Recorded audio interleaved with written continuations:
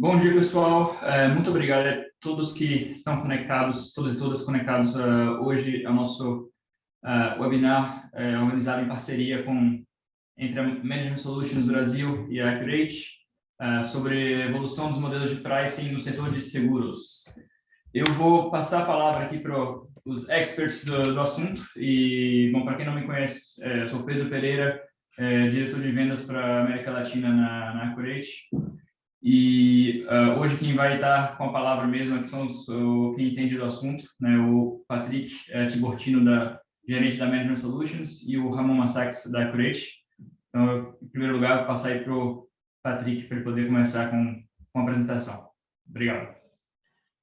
Obrigado, Pedro. Bom dia a todos, pessoal. Obrigado por estar aqui conosco hoje.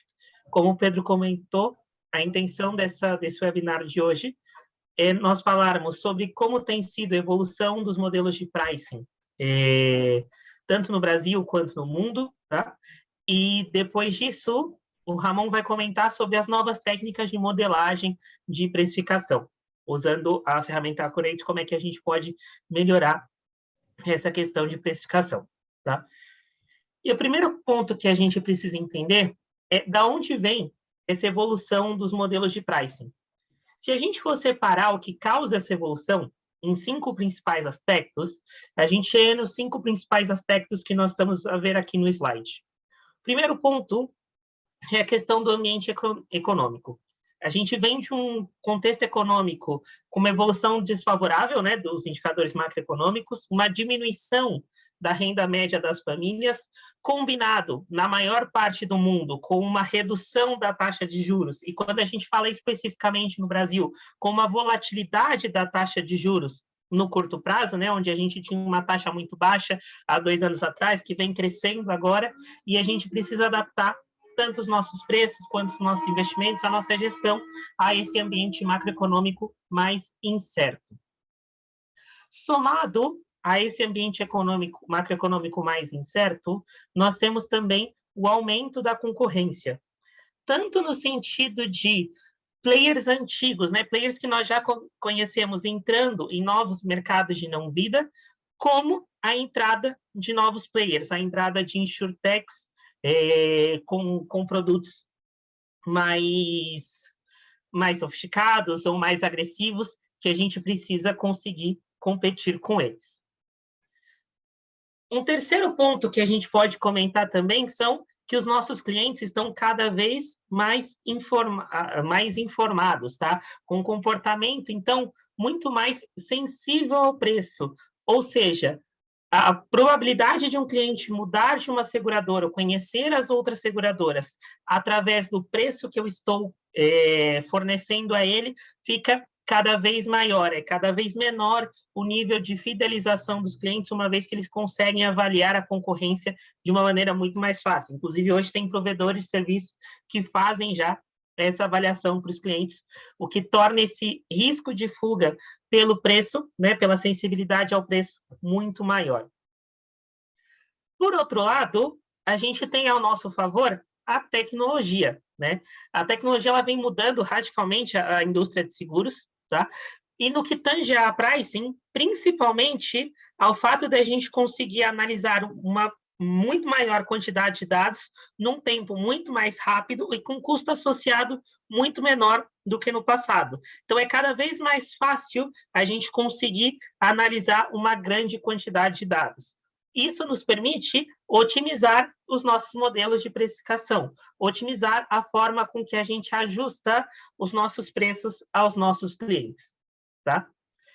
E somado a esses pontos, a gente tem as novas exigências regulatórias, né? Aqui no Brasil, a gente pode citar algumas mais recentes, a 382, a 666 da SUSEP, a 413 da ANS, a gente tem algumas exigências regulatórias que fazem com que o custo regulatório da nossa companhia aumenta, e se o custo regulatório da nossa companhia aumenta, a gente precisa, de alguma forma, distribuir esses custos sobre os nossos produtos para que a gente ainda continue tendo margem sobre todos eles, ainda cumprindo as exigências regulatórias novas e ainda assim gerando margem sobre esses produtos novos, sobre esses clientes novos que a gente traz e também sobre as renovações.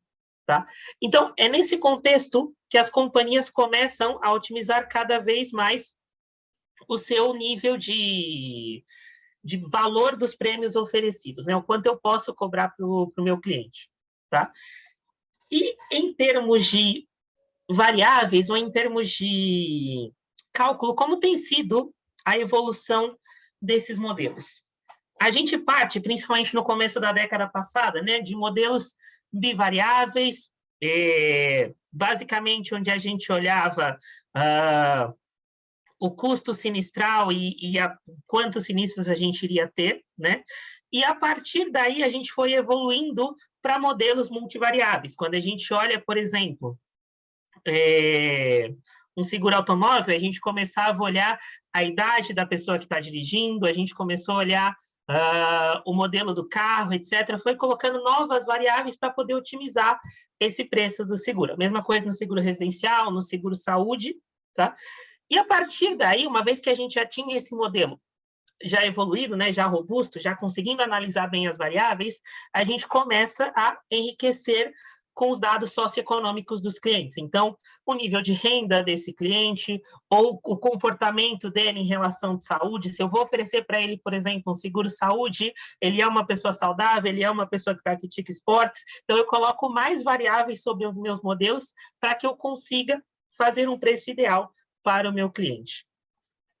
Uma vez que eu consegui enriquecer esse modelo, esse meu modelo com dados externos, o que eu começava a fazer é modelos de cancelamento e propensão, ou seja, incorporar a sensibilidade ao preço aos meus modelos, verificar o quanto eu estou aumentando o meu preço e o quanto os clientes estão cancelando, e tentar tentar chegar numa solução ótima para esse dilema, uma solução em que eu consiga aumentar o preço e que o cliente continue comigo, que ele não queira cancelar. Essa busca desse ponto ótimo é o que busca esse nosso modelo de cancelamento e propensão, né? E uma vez que a gente consegue ter um modelo de cancelamento e propensão que esteja adequado na nossa visão, né, numa visão interna, o que a gente começa a fazer é analisar os nossos concorrentes, analisar os outros players, para que a gente consiga também incorporar essa análise de concorrência no nosso mercado. É algo que as companhias já têm feito, né? Buscado parceiros para conseguir fazer essa análise de concorrência. Agora, aqui no Brasil, com o Open Insurance, essa análise de concorrência vai estar aberta, então fica ainda assim mais fácil para a gente conseguir fazer essa análise. E, no final, onde é que as companhias querem chegar? Num modelo de otimização de preço, onde a gente consiga determinar tanto o prêmio daquelas pessoas que eu quero puxar para mim, né, daquela que ainda não é meu cliente, eu quero trazer para mim, quanto daquela que eu já conheço, eu já sei o quanto ela me gera de prêmio, qual que é o custo sinistral que ela tem, ou quanto ela me gera de custos, e tentar fazer com que eu tenha uma fronteira ótima de prêmios. É claro que a gente tem aqui diferentes níveis de maturidades entre as companhias, tá? Primeiro, diferentes níveis de maturidades em geografias. A gente vai perceber que na América Latina, fora o Brasil, a maioria das companhias ainda estão ali entre o modelo de cancelamento e propensão e a análise de concorrência, né? Ainda com algumas empresas até para baixo, que ainda estão tentando inserir os dados externos. Quando a gente vai, por exemplo, para economias mais maduras, a gente já tem companhias já indo para análise de concorrência, para os modelos de otimização, tentando ali já sair dessa curva, buscar um modelo de precificação mais sofisticado. No Brasil, a gente tem empresas em diversos estágios, né? Empresas em que estão inserindo agora os dados externos, assim como nós temos empresas que já estão aplicando esses modelos de otimização de prêmios. Então, a gente tem diferentes níveis de evolução dessa parte de evolução de prêmios, de evolução do modelo de precificação. E o que a gente tem visto nesse sentido ao redor do globo, né? Principalmente os seguros patrimoniais e de saúde, né? Os seguros que a gente popularmente chama de não-vida, eles estão saindo de uma visão pricing 2.0, né? E indo para uma visão pricing 3.0. E o que a gente percebe com essa visão de pricing 3.0? Que ela está bastante enfocada na parte de dados, na parte de análise de dados. Então, a gente vai perceber que antes a gente tinha um tratamento da informação de entrada manual, através de discretização, agrupamento de variáveis e um elevado nível de julgamento especializado. Porque, afinal, se a gente não podia avaliar variável a variável, a gente precisa fazer alguns julgamentos em grupos de variáveis para que a gente consiga ter um modelo. Tá? O que a gente tem visto agora? Cada vez mais a utilização de machine learning nessa parte de tratamento de dados, que faz com que a gente aumente esse nível a quantidade de dados que a gente está tratando e, a partir daí, aumente o poder preditivo dos nossos modelos. Tá? Em outra parte, a gente tinha também a utilização de poucas variáveis externas. E a gente tem cada vez mais a utilização de novas variáveis externas, para que a gente consiga otimizar a carteira. Essas variáveis externas, elas podem ser socioeconômicas ou comportamentais, né? Como eu comentei anteriormente, variáveis de renda, se a pessoa pratica esportes, quais são os hábitos de saúde, quais são os hábitos de trânsito, se a gente está falando de seguro automóvel, se a gente está falando de seguro residencial, qual é o índice de roubo dentro daquela região, etc. Tá? Assim como também variáveis meteorológicas, né? A gente tem cada vez mais o impacto dos riscos climáticos. Então, por exemplo, a gente está fazendo um seguro rural, se a zona em que a gente está fazendo o seguro é sujeita a incêndios florestais ou é sujeita ao grande número de chuvas, como a gente vê aqui no Rio Grande do Sul, no Brasil, de tempos em tempos. Então, a gente tem essa inserção de análises externas dentro dos nossos modelos para que a gente consiga ter mais assertividade nos nossos níveis de precificação. Tá? A gente tem também a utilização de ferramentas, a utilização de ferramentas on-premise, que cada vez mais tem vindo a ser substituídas por arquiteturas on-cloud. O que quer dizer isso? Que a gente tem maior capacidade de armazenamento e maior capacidade de tratamento dos dados, o que faz com que a gente diminua o tempo de execução e consiga ter um modelo de pricing com time to market ainda melhor. Tá? E, por último, a gente tinha que o processo tinha uma baixa frequência de atualização, em geral, 1-2 vezes por ano, né? E cada vez mais essa frequência de atualização ela aumenta, né, mensal, trimestral, principalmente no que tange a esse modelo de renovação, ou seja, eu consegui entender por que os clientes estão cancelando, ou por que os clientes ficam comigo, eu consigo ter essa visão de uma forma muito mais clara e de uma forma muito mais atempada. Se a gente olha aqui os números de variáveis, a gente pegou 2 principais seguros e fez uma análise que a gente está trazendo aqui especificamente no mercado brasileiro, mas nós fizemos de vários mercados, de quais eram as principais variáveis analisadas, tanto no seguro automóvel, tá, quanto num seguro residencial. Então, a gente olhou as principais variáveis analisadas em relação à frequência, as principais variáveis analisadas em relação ao custo médio, também para medir os modelos de fuga, ou seja, a propensão à renovação, a propensão em cancelamento de cada um dos principais players desses seguros aqui no Brasil. E a gente chega nessas variáveis que a gente está vendo aqui. Tá? A conclusão que a gente tira disso, a gente chega aqui nesse slide, né? O que a gente percebe? No Brasil, hoje, as companhias utilizam, em média, 18 variáveis para fazer as precificações do seguro auto e 10 variáveis para fazer as precificações do seguro residencial, tá? Se a gente nos compara com nossos peers aqui da América Latina, a gente percebe que nós estamos um pouco mais avançados ali, que quase todos os países da América Latina, né? Exceto no seguro residencial pelo Chile, que utiliza um pouco mais de variáveis, para a maioria delas, a gente está mais avançado. Onde é que a gente vê que a gente pode melhorar nesse sentido? Principalmente quando a gente olha para economias mais avançadas, quando a gente olha para economias europeias, que a gente trouxe aqui o exemplo da Espanha, ou quando nós olhamos para as economias americanas anglo-saxônicas, a gente percebe que elas já utilizam mais variáveis.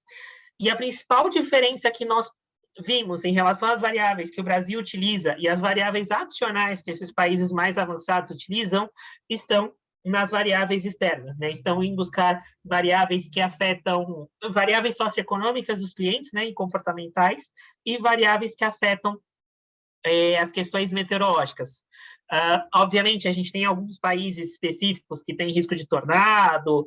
Nos Estados Unidos, por exemplo, varia de acordo com o estado, quais são os dados solicitados, por exemplo, para um seguro residencial, mas o que a gente percebe é que essas duas tipologias de dados, né, comportamentais, socioeconômicos e climáticos, esses países mais desenvolvidos têm pedido maior número de informação. Tá? Então, acho que essa parte é interessante para a gente ver como o mercado brasileiro pode avançar nesse sentido de variáveis, nesse sentido de melhorar o nosso modelo de pricing. Quando a gente olha os nossos pares aqui, nós estamos bem, mas quando nós olhamos economias mais desenvolvidas, a gente pode melhorar um pouco. E como é que essas companhias mais desenvolvidas, né, elas têm melhorado o seu nível de previsibilidade no valor dos prêmios, né? Principalmente utilizando machine learning, tá? A gente, em geral, tem duas tipologias de modelos que as companhias têm utilizados, né? Os modelos supervisados e os modelos não supervisados, ou supervisionados. Os modelos supervisionados, a gente utiliza principalmente, hoje, para questões de propensão e renovação. Ou seja, eu conheço o meu cliente, tá? E eu quero saber qual seria o meu preço-alvo que ele renovaria ou que ele cancelaria. Então, principalmente nesse ponto, as companhias estão aplicando machine learning para essa parte de renovação, tá? Fora isso, os modelos não supervisionados, as companhias utilizam, onde não há uma variável-alvo, né? As companhias utilizam principalmente, tá, para tratamento prévio da informação. Existem algumas companhias que estão começando a utilizar esses modelos para os modelos de prêmio puro, né, que seria um modelo da primeira contratação do meu cliente, mas ainda não está tão desenvolvido. Então, hoje, o principal ponto que a gente utiliza o machine learning é nos tratamentos de dados e conseguir fazer a clusterização desses dados para que a gente possa fazer a próxima análise sem tanto julgamental. Então, é aí que o machine learning está melhorando a vida da maior parte das companhias. Obviamente, aquelas mais avançadas já passam a aplicá-los para modelos de propensão e renovação. Ainda para modelos de prêmio puro, pouco, tá? É incipiente, as companhias estão começando, mas ainda é incipiente. É algo que a gente talvez veja daqui a 5, 6 anos mais desenvolvidos, tá? Bom, pessoal, só para concluir aqui, antes de passar a palavra para o Ramon. Então, como nós vimos, a gente tem um ambiente macroeconômico e concorrencial que nos obriga a ter evolução dos nossos modelos de pricing, né? A gente vê essa evolução ao longo dos anos, principalmente ao longo das últimas décadas, com a incorporação, principalmente de variáveis externas e de modelos de machine learning, né? De aprendizado de máquina. Isso tem nos ajudado, aqui no Brasil, a ser a economia, pelo menos na parte de seguros, mais desenvolvida da região. A gente vê isso nos dados macroeconômicos, né? Hoje a gente tem o maior nível de seguros de toda a região, cerca de 6% do nosso PIB é assegurado. E a gente percebe que, olhando para os países envolvidos, a gente tem um espaço de melhora. E como é que a gente utiliza esse espaço de melhora? Principalmente com questões de machine learning e buscando fazer com que a tecnologia nos ajude ainda mais. E é um pouquinho do que o Ramon vai nos mostrar aqui com a ferramenta Curate. Então, eu passo agora a palavra para ele, para que ele possa continuar a apresentação. Vai lá, Ramon, obrigado. Obrigado. Bom, acho que você pode ir compartilhando a tela, Ramon. É só um detalhe aqui, então, muito obrigado, Patrick. Imagino que o pessoal já tem algumas perguntas, algumas dúvidas aí para o Patrick. Fique à vontade para usar a função de perguntas e respostas aqui, que a gente vai recebendo e vai guardar um espaço no final para responder as perguntas. Tá ok? Aí eu vou deixar o Ramon começar aqui, então. Ok.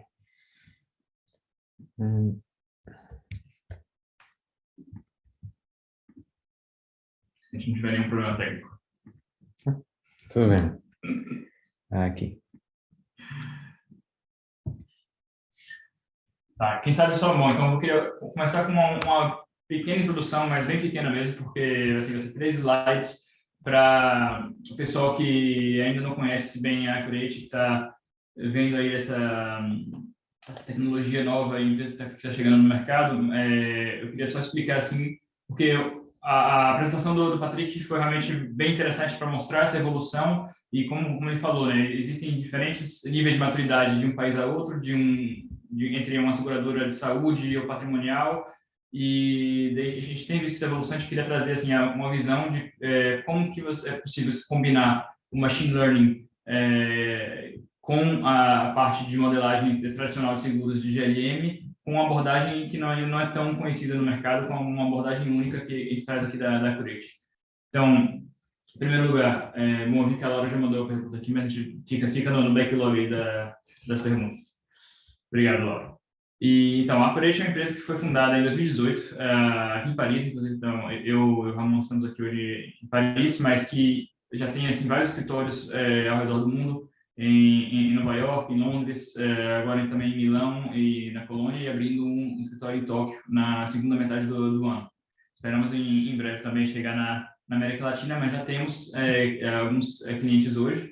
A Accurate é uma empresa que desenvolve software especializado para precificação de seguros, né, para modelagem, análise da carteira, com pouco mais de 50 clientes aí ao redor do mundo, Estados Unidos, América Latina, Europa, África do Sul, Japão, China.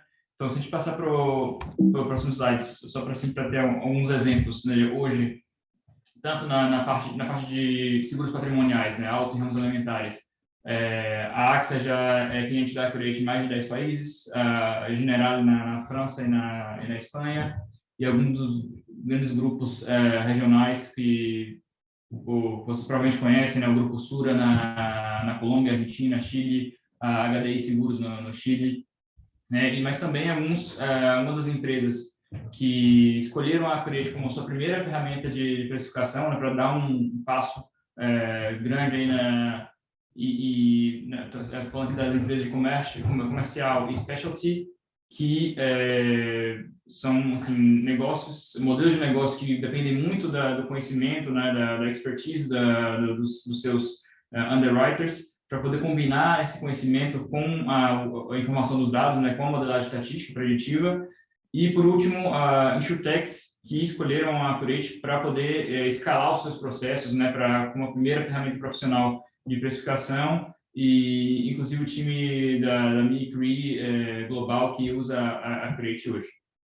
E, por último, uma introdução, né, para o tema realmente de hoje, que vai ser um tema um pouco mais técnico, né? Então, os estatísticos e atuários do público estarão contentes com o conteúdo, espero. Qual que é a grande diferença que a gente vê hoje? Assim, os atuários estatísticos que fazem essa modelagem com modelos mais tradicionais, modelos lineares generalizados, eles têm uma preocupação muito grande com não tomar decisões equivocadas, sempre tomar cuidado para não introduzir efeitos de antisseleção na carteira, e por isso evitam automatizar todo o processo de precificação. É preciso você analisar cada passo, né, cada variável, cada categoria do modelo, e com uma razão muito boa, né? Essa transparência dos modelos é essencial. Por outro lado, a gente vê que, a gente falando de cientistas de dados de uma maneira mais ampla, né? Não só os cientistas de dados que trabalham no setor de seguros, mas que trabalham em logística, em banco, etc., eles têm uma obsessão pela informação que está nos dados. Então, confiar nos algoritmos para extrair essa informação e ter um desempenho, um poder preditivo mais alto possível para poder tomar decisões que sejam, né, as mais precisas possível.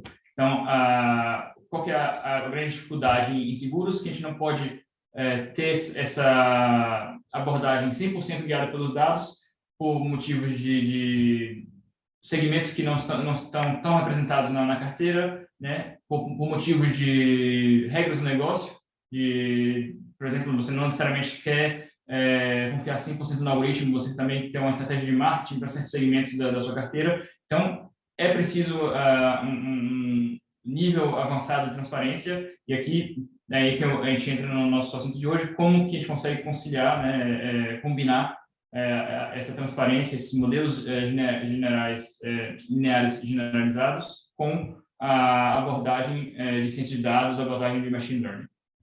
Ok? Daí eu vou passar para o Ramon aqui. Obrigado. Obrigado. Então, eu vou falar, vou começar com esta comparação pela abordagem clássica do machine learning. Eu já digo aonde eu vou acabar. Vou acabar na Accurate, isso seguro, onde vamos juntar a parte, a abordagem do machine learning com a abordagem mais clássica dos atuários, que é, em realidade, o que tentamos fazer com o nosso software Accurate. Ok, então, na abordagem clássica do machine learning, temos principalmente os dados e os parâmetros globais que definem o algoritmo, o modelo. O usuário pode criar estes modelos somente com estas informações, os dados e os parâmetros globais. Então, o algoritmo o que vai ajustar segundo os dados para encontrar qual é o bom modelo para os dados que está a modelar. Então, por exemplo, vamos aqui tratar de modelos de tipo árvore. Isso podem ser GBMs, podem ser random forests, etc. Então, nos parâmetros globais, normalmente encontramos o número de árvores, a sua profundidade, o learning rate.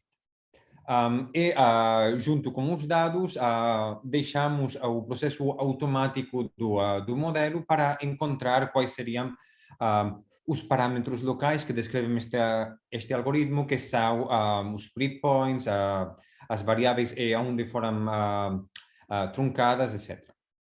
A validação dos modelos muitas vezes se faz somente com a observação dos parâmetros globais e o resultado no backtest e não segundo a descrição exata dos modelos. Temos, como dizíamos, modelos formados por árvores, como podem ser os GBM, e são modelos que normalmente não podem ser entendidos diretamente, mas através de uma análise indireta e sempre a posteriori da criação dos modelos. Por exemplo, os modelos baseados nas árvores, podemos encontrar que tem o número de árvores até, não sei, 100, por exemplo, neste caso, 100 árvores que vão descrever o modelo.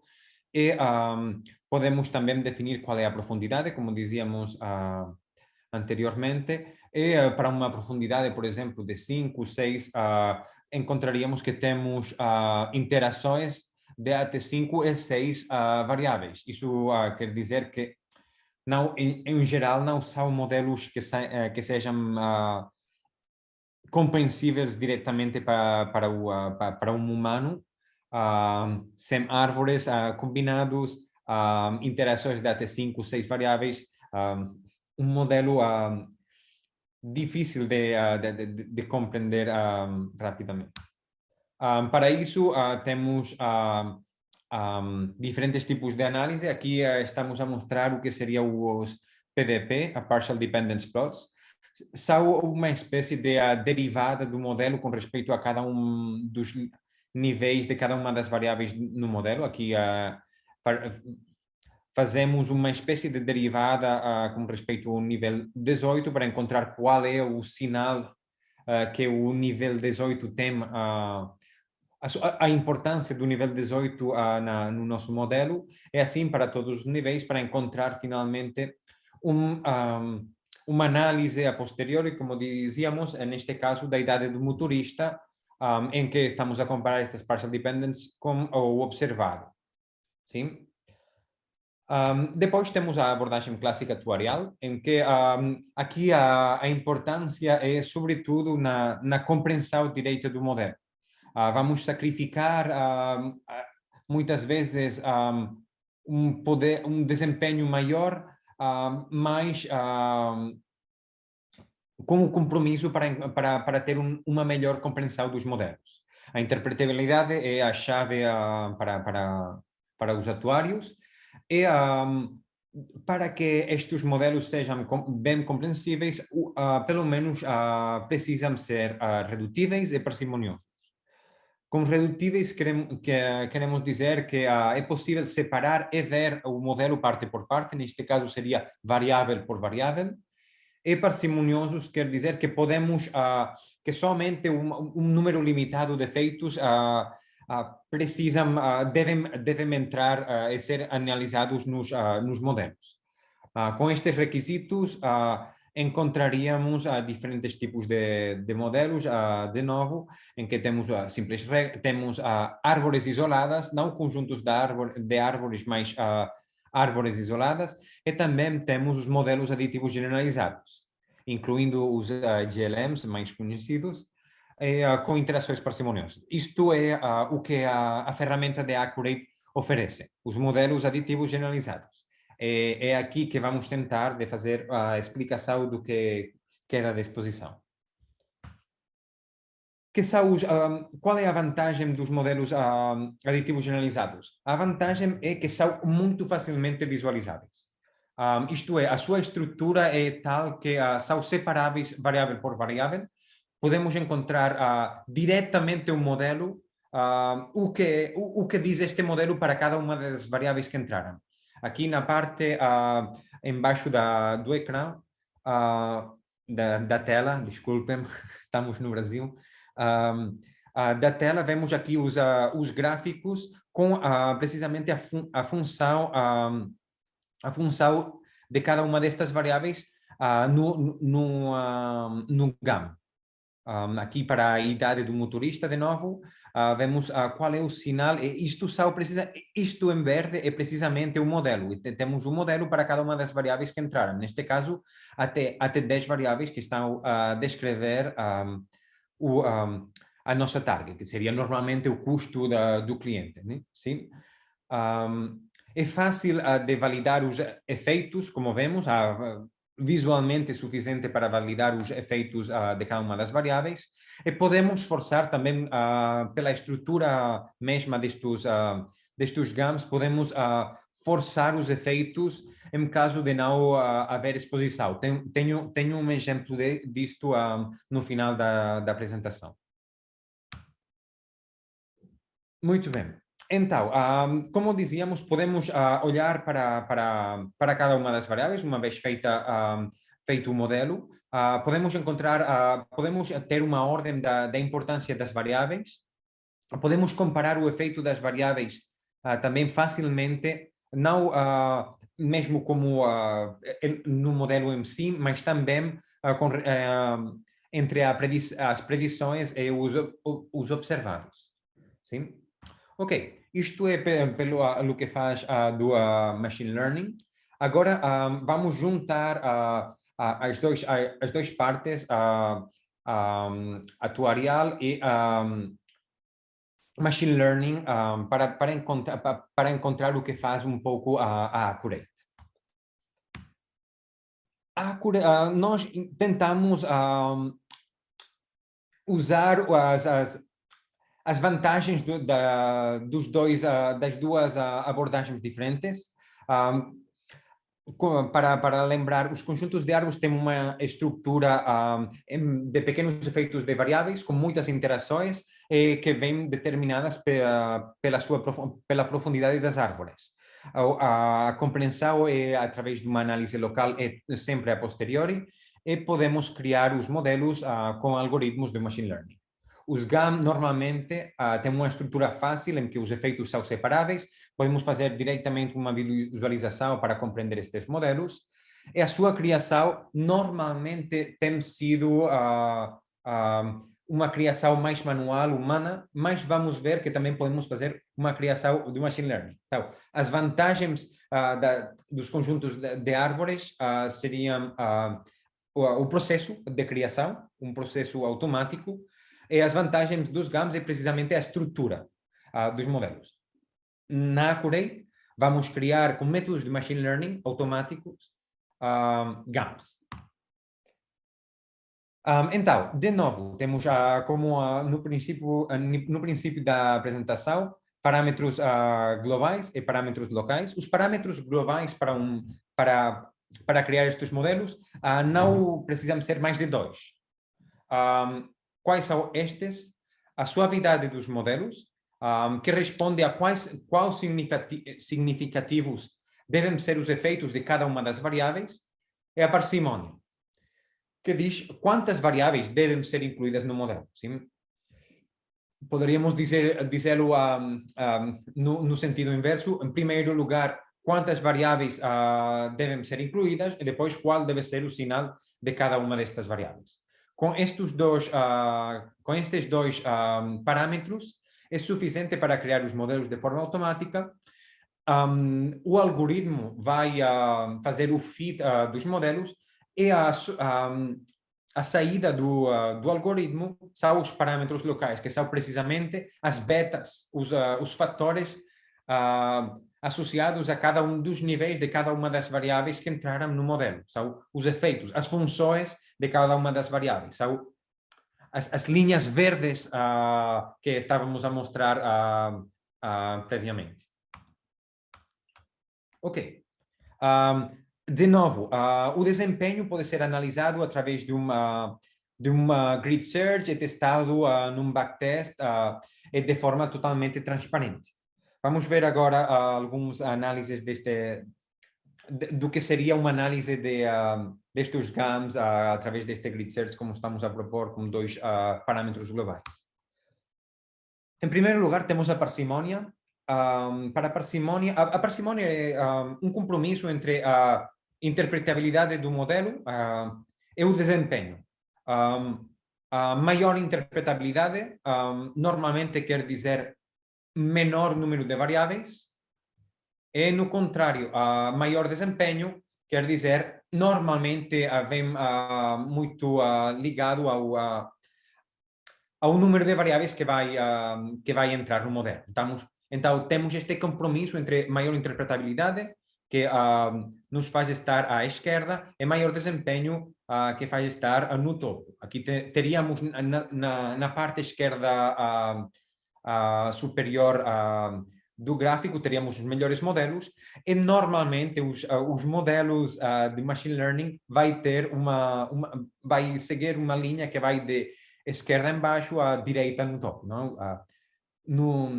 Então, temos sempre este compromisso que normalmente na Accurate deixamos que seja o usuário, o atuário, que vai decidir qual é o melhor compromisso em cada um dos casos particulares.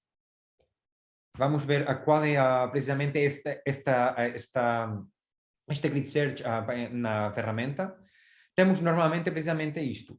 Temos o desempenho, neste caso na forma de Gini, em função do número de variáveis. Temos maior interpretabilidade aqui na esquerda, maior desempenho aqui no topo, é precisamente cada um dos usuários aquele que vai decidir qual é o bom nível, o bom compromisso. Somente para não dizer antes, cada um dos pontos aqui é um dos modelos que criamos, em que temos, como dizíamos, modelos com diferente parcimônia, diferente número de variáveis, e modelos com diferente sensibilidade. Todos estes têm a mesma cor. É fácil, como já dizíamos, temos modelos tipo GAM,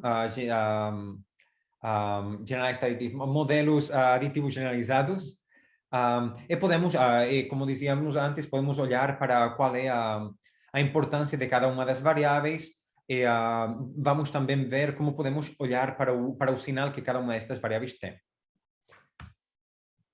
Isto é o que é precisamente a suavidade dos modelos. que vai definir o que é o overfitting. O que é normalmente o overfitting? O overfitting é a dificuldade que temos modelos a generalizar os resultados que encontram nos dados de treinamento. Se os algoritmos, os modelos seguem muito bem os resultados do treinamento para criar o modelo, mas não generalizam muito bem, podemos dizer que estamos a fazer overfitting. Uma das boas coisas dos GAMs é que este overfitting é facilmente reconhecível fazendo somente uma inspeção visual dos modelos.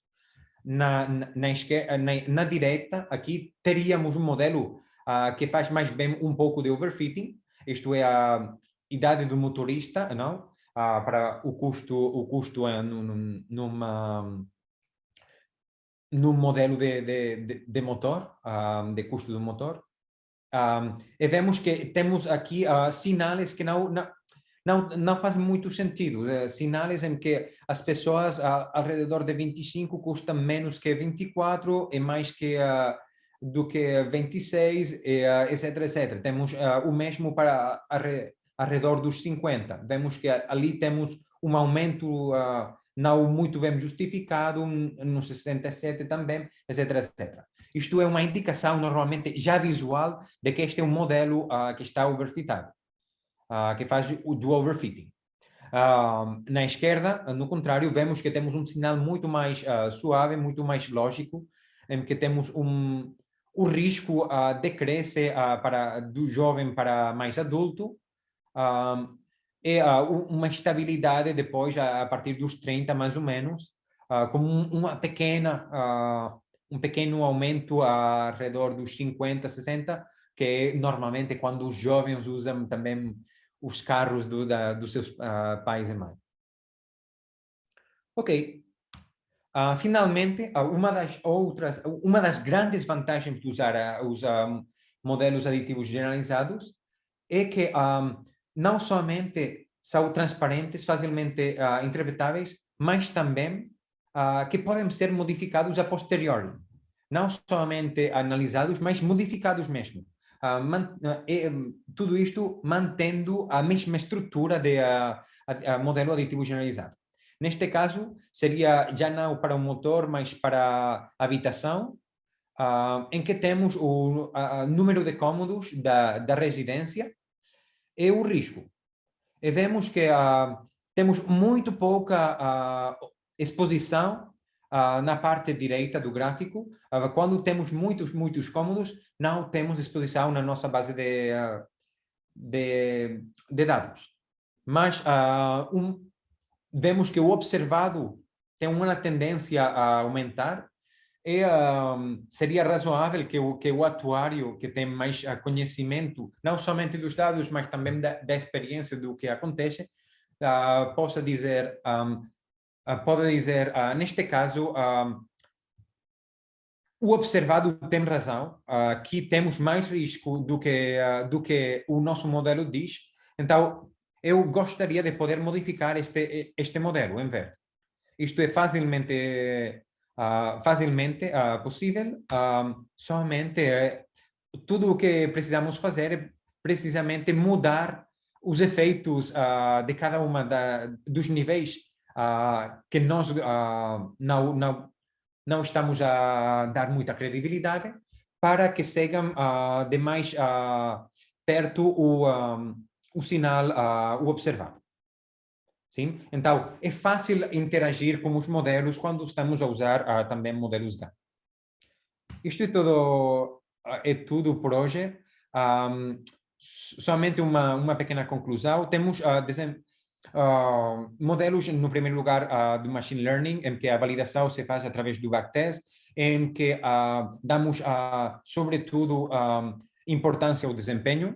Temos a abordagem mais expertise atuarial, em que a importância está na transparência e a validação se faz normalmente através da visualização dos modelos.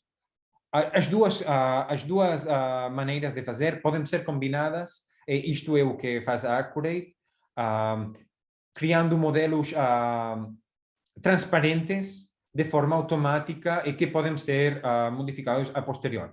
A transparência, neste caso, é sinônimo de pragmatismo, dizemos que de eficiência. Ok? Muito obrigado, todo mundo. Vou deixar de compartilhar a tela e vou deixar a Pedro, no caso que existam perguntas. Obrigado, Ramon. Acho que, bom, primeiro para começar, como a gente prometeu, a gente deixa um espaço aí no final para as perguntas. E quem sabe, acho que o Patrick poderia começar com a pergunta da Laura em relação a quais seguradoras que você comentou, né? E daí a gente pode comentar também um pouquinho da nossa experiência. Exato. Aqui a Laura nos perguntou se as conclusões que nós tínhamos tirado eram baseadas só nas seguradoras que a gente tinha trabalhado. Não, tá? São baseados em várias seguradoras aqui do mercado brasileiro. Então, a gente buscou dados públicos, dados de mercado, seguradoras que a gente já tinha trabalhado em outros assuntos para conseguir formar as conclusões que a gente chegou na nossa apresentação. Então, apresenta uma visão geral do mercado brasileiro e não só das empresas em que a gente atua. E assim, a gente também menciona assim, os casos públicos oficiais, e em certos casos nós não podemos mencionar o nome de alguns dos nossos clientes, mas também assim, a gente não dá o nome assim, de cada um, mas a gente sabe que em certos casos a gente vai ver desde seguradoras que têm times de 30 pessoas fazendo modelagem e precificação, até seguradoras que têm estatístico, um atuário que está fazendo ali, né, reserving e modelagem de precificação ao mesmo tempo. Então, existem, sim, contextos bem diferentes. Existem seguradoras que estão usando hoje a Accurate para todas as linhas de negócio, para seguro residencial, auto, saúde, etc. Existem seguradoras só de saúde, então existe uma variedade aí bem grande. Beleza, pessoal? O Ariston também está mandando mensagem aqui, eu vou ver no mesmo tempo. Obrigado, Mariante, pelo comentário. E acho que é uma pergunta mais para o Ramon. Esses modelos apresentados pelo Ramon apresentam informações a nível global ou local? E se é possível usar a experiência de dados da Accurate para a modelagem de seguros? Sim, ok. Obrigado, Ariston. Então, os modelos da Accurate são modelos... os modelos são o mesmo tipo de modelos que os atuários normalmente usam já para fazer os seus modelos de risco. Normalmente estão baseados na base de dados que os nossos clientes normalmente têm, eles mesmos. Tentamos encontrar os sinais gerais na base de dados que descrevem estes sinais que descrevem precisamente o alvo, que seria, por exemplo, o número de sinistros, o custo de cada um dos sinistros, o custo de um cliente, etc.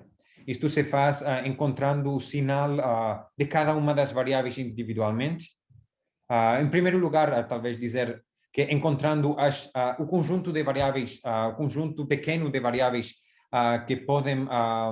que melhor podem encontrar o sinal, e depois encontrando o sinal nestas variáveis, e o sinal é local para cada uma das variáveis, mas geral quando tentamos descrever precisamente o nosso alvo e quando vamos tentar de aplicar o nosso modelo em novos dados.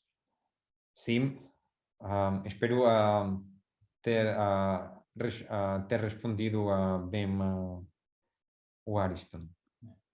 Tem uma pergunta que a gente tem que ver com bastante frequência, né? Eu acho que talvez, bom, para o Patrick e para o Ramon, se quiser comentar também, é que o que uma seguradora precisa de verdade, assim, em termos de capacidades e competências para poder realmente aplicar na prática esse tipo de modelo, esse tipo de tecnologia, Patrick? Perfeito. Obrigado, Pedro. Pessoal, até alinhado com o que eu e o Ramon apresentamos, eu diria que as companhias elas precisam ter pelo menos 3 tipos de perfis. Obviamente, esses perfis podem estar integrados numa pessoa ou em várias, mas a gente precisa de cientista de dados para que a gente consiga fazer as análises dos dados, preparar os dados, etc. A gente precisa de pessoas com conhecimento estatístico puro para aplicar os modelos e pessoas com conhecimento atuarial. Em geral, é comum que o conhecimento estatístico atuarial podem estar concentrados nas mesmas pessoas, mas, em geral, o conhecimento científico de dados fica por separado. Basicamente, acho que seriam essas as três principais capacities que a gente precisaria para fazer essa parte. Não sei, Ramon, se quiser complementar algo, por favor. Não, estou de acordo com você, Patrick. Obrigado.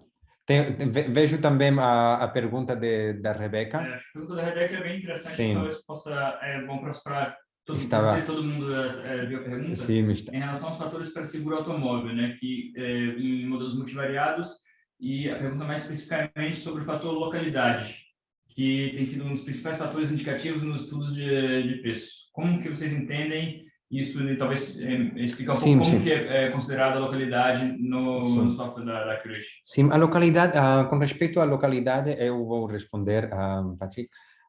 Com respeito à localidade, a localidade é, em geral, uma variável como as outras, sim? Vamos encontrar o sinal desta variável usando também uma estrutura de modelo aditivo generalizado,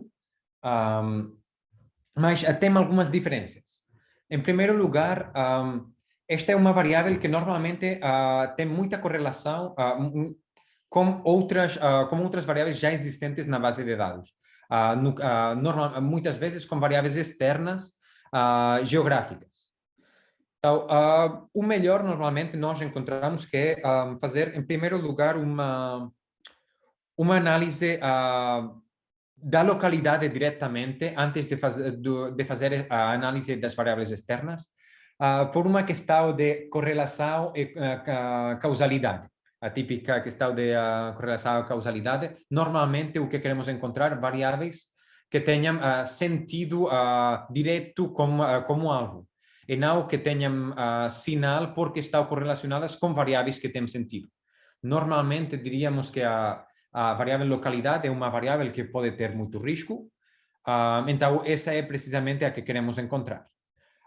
No segundo lugar, tem uma particularidade que é uma variável, podemos pensar que a localidade é uma variável bidimensional. Não tem, normalmente em variáveis unidimensionais podemos pensar que são variáveis categóricas ou variáveis que têm uma ordem preciso. Temos 1, 2, 3, 4, teria uma ordem. Sim, não sei, a idade, por exemplo, 18, 19, 20, etc., tem uma ordem, de mais pequeno a mais grande. A localidade não tem uma ordem mais pequeno, mais grande, mas tem uma estrutura bidimensional, e isto é importante quando tentamos encontrar este sinal. E para isso, normalmente, na Accurate, tudo o que é preciso é conhecer a longitude e latitude dos diferentes níveis desta variável localidade, e com isso conseguimos também fazer um smoothing da mesma maneira, encontrar uma suavidade nesta variável através do espaço bidimensional para encontrar uma estrutura também GAM que seja visível, neste caso, em duas dimensões. Poderia também ser numa dimensão, mas é mais fácil de olhar para ela numa dimensão. Espero ter respondido bem de novo a Rebeca. Quem sabe, só para terminar, então, a última pergunta aqui do Hamilton, e é um pouco em relação aos novos entrantes, né? Ou seja, são os insurtechs, né? Como que eles têm usado, feito a precificação e a modelagem de seguros? Vocês têm usado os mesmos tipos de modelos diferentes? Talvez tanto o Ramon quanto o Patrick podem comentar isso aí. Patrick. Vamos lá, eu começo. Bom, primeiro eu vou comentar das empresas que já existem no mercado e estão entrando em novos produtos. Aqui, em geral, o que se aplica é o conhecimento adquirido em outros produtos, buscar isso para conseguir ver um produto novo. Então, escolher as variáveis e se apoiar no que você já tem desenvolvido, tá? O que a gente tem visto em relação a novos players, e daí olhando principalmente em InsurTech, eles se concentram em buscar as capacidades de mercado, né? Buscar do mercado o conhecimento e, a partir daí, buscar desenvolver esses modelos. Em geral, o que eu tenho visto de InsurTechs, e daí aqui não é tanto no Brasil, eu acompanho um pouquinho mais fora, eles fizeram o primeiro modelo e têm acompanhado fazendo backtesting, como o Ramon comentou, né? Vendo se esse modelo estava adequado. Eu imagino que aqui no Brasil eles devem estar seguindo dessa forma também, mas eu já não tenho tanta segurança aqui. No Brasil também tem a particularidade que é o Open Insurance, né, como o próprio Patrick tinha comentado na apresentação, que é, de um lado, uma oportunidade, né, para esses novos entrantes, que podem ser, inclusive, empresas estabelecidas que estão entrando em novas linhas de negócio, né, que não têm necessariamente muitos dados, e é uma ameaça, né, para as empresas que já estão um pouco mais tempo aí, que são líderes de mercado, então, que tem um potencial de chacoalhar um pouco aí, né, esse mercado e essa vantagem dos dados. Sim, bom, já Pedro mostrou o princípio da minha apresentação, que temos clientes também deste tipo, como diz Hamilton. O que achamos, o que nós achamos normalmente é que as insurtech são mais flexíveis, mais flexíveis quando a usar diferentes tipos de ferramentas para fazer os modelos, mais flexíveis também enquanto a criar novos modelos, pôr os modelos em produção, etc. Digamos que os grandes grupos têm já toda uma estrutura de validação de modelos, uma estrutura burocrática que faz que tudo seja um pouco mais lento. Então, eu acho que é certo que para a Accuray é também fácil de demonstrar qual é o valor da ferramenta precisamente para estas insurtech. Porque normalmente o que querem é um acesso rápido ao mercado, então criar rapidamente modelos, poder modificar estes modelos e ter esta flexibilidade de acesso. Muito obrigado, Ramon, Patrick, principalmente a todo o pessoal conectado. Então, a gente vai fazer um acompanhamento por e-mail depois, para quem estiver interessado, a gente ver se a gente consegue compartilhar tanto a apresentação quanto a gravação do webinar. Mas qualquer dúvida, fiquem à vontade de mandar uma mensagem pelo LinkedIn ou por e-mail. Se tiverem dúvida e quiserem aprofundar um pouco mais o assunto com uma reunião tanto com o time da Management Solutions no Brasil quanto da Accurate, seria um prazer encontrar e, né, conversar um pouco mais aí sobre o contexto e mais em particular de cada um dos times de precificação de seguros no Brasil.